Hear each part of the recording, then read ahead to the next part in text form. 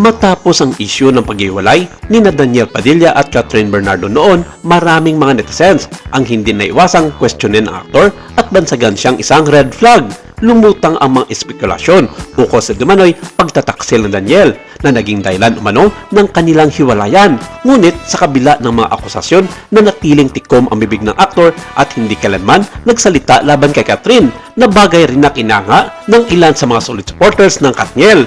Habang si Daniel ay dumaranas ng mga negatibong komento, si Catherine naman ay hindi rin nakaligtas sa mga mata ng publiko. Uminit ang usapan na may ugnay siya sa isang lokal na opisyal, si Mayor Mark Alcala ng Lucena City, at maraming taga-subaybay ang nagahayag na salubin nila na tila hindi ito ang tamang panahon para sa bagong pag-ibig ng aktres. Lalo't pat sa mga nagdaang relasyon, wala pa siya nakitang kaseryosohan ayon sa ilang tagamasid. Gayunpaman, tila unti-unting napapawi ang mga dating isyu na kinaharap ni Daniel Padilla. Marami na ang nakakikita sa kanya ngayon bilang isang mas matured na artista na kayang magsarili at umangat kahit wala na ang kilig tandem nila ni Catherine Bernardo o Katniel. Isa sa mga patunay na kaya ni Daniel na umarangkada ng solo sa industriya ay ang tagumpay ng kanyang TV series na Incognito. Sa nasabing palabas, ginampanan niya ang papel ni Andres Malvar at umano siya ng papuri mula sa mga manunood at nakritiko sa kanyang husay sa pag-arte. Marami rin ang umanga sa kakaibang lalim ng kanyang pinakita sa naturang proyekto.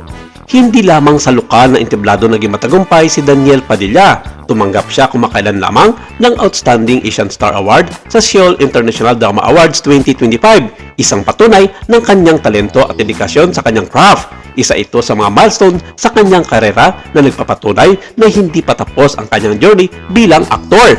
Sa isang panayam, kapansin-pansin ang pagbabagong emosyonal at espiritual ng aktor. Ayon sa ilang nakapanayam niya, naging mas introspective at may naon na raw si Daniel ngayon. Tila ginamit niya ang mga pagsubok bilang oportunidad upang lumago bilang tao, hindi lamang bilang artista. Samantala, hindi rin nakaligtas sa mata ng publiko ang banding ni Daniel sa kapwa-artista na si Maris Racal. Matapos nilang magsama sa promotion ng isang proyekto, maraming mga netizens ang nakapansin sa kanilang natural na chemistry. May mga puntong naging sweet sila sa isa't isa na bagay naman na napansin ito ng ilang mga Marisol at entertainment insiders. Ang tanong kasi ng karamihan, sila na ba? Dahil sa ngayon, hindi naman raw ganun kainit ang isyu sa hiwalayan ni Maris at Anthony Jennings, na bagay na silang inunan nito ng mga nakararami na bukas na for new love life si Maris at maging si Daniel Padilla. Dahil dito, umugong agad ang mga panawagan na sana'y magtambal ang dalawa sa isang proyekto, lalo na't pareho silang walang karelasyon sa kasalukuyan. Pero sa naging payag ng ilang mga entertainment insiders, tila hindi maganda ang naging pasaring ni Catherine sa isa sa kanyang naging ambush interview sa ilang mga showbiz reporter na nag-abang sa kanya, nag-endorse ng beauty product na ginanap sa Libis, Quezon City. Tinanong kasi siya tungkol sa second trends ng Incognito dahil may ugong-ugong na isa siya sa mga bagong pakakabangang cast para dito. Pero sinabi ng dalaga na hindi kailanman mangyayari ito dahil unang-una wala pa siyang balak makasama ang kanyang dating nobyo na si Daniel Padilla sa anumang offer ng mga pelikula o serye sa telebisyon. At lalong-lalo na ayaw niyang gumanap na isang malanding babae sa istorya ng kanilang magiging proyekto dito.